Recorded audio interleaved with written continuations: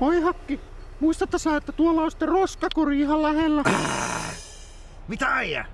Mitä sä niitä säilöt? Heitä menee ne roskat. Ei tuota kannata kuunnella. Tiedät kyllä mitä äiti sanoi roskista. Bullshit.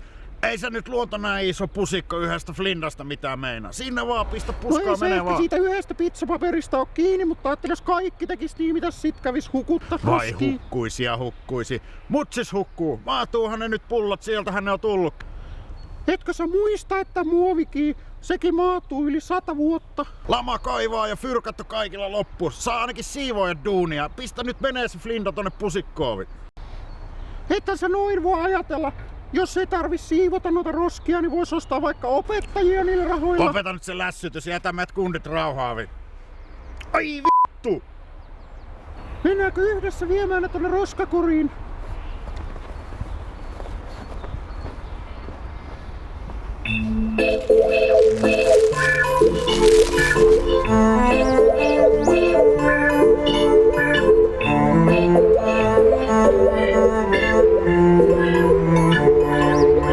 Muistakaa sitten lapset, että teidät pitää heittää roskat roskiin, ettei koirien tassutkin mene rikki niistä lasinsiruista. Äsken meni pirulla, mutta se olisi voinut olla teidän Nessu. Niin.